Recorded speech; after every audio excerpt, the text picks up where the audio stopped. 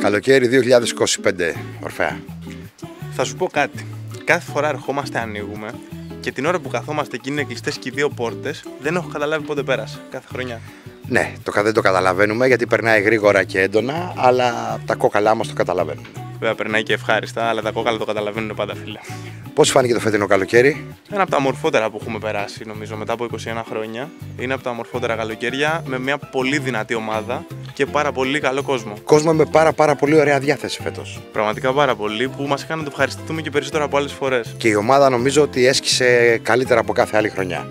Λοιπόν, να ευχαριστήσουμε την ομάδα, τον Μάρκο στην μπάρα, την Ξένια και τον Κωνσταντίνο στο σέρβις που δώσανε πόνο. Και τις σούπερ βοηθάρες μας, την Βάσκια και την Ελίνα που σαλπορτάρανε το σέρβις γαμό. Και βέβαια, ξεχάσουμε ποτέ τη Ματούλα. Ματούλα, την ήρεμη δύναμη στην κουζίνα. Πρέπει να σας ευχαριστήσουμε όλους για αυτό το καλοκαίρι, να δώσουμε ένα πολύ δυνατό ραντεβού για το επόμενο. Για άλλο ένα από τα ομορφότερα καλοκαίρια της ζωής μας. Κουράγιο. Και καλή αντάμωση.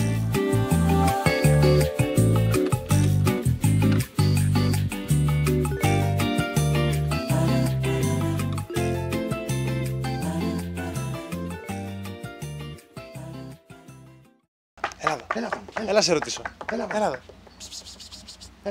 Λοιπόν, παπά, πώς φάνηκε φέτος το καλοκαίρι? Το αγαπημένο σου ποτό ποιο είναι? Τέλεια, ευχαριστούμε.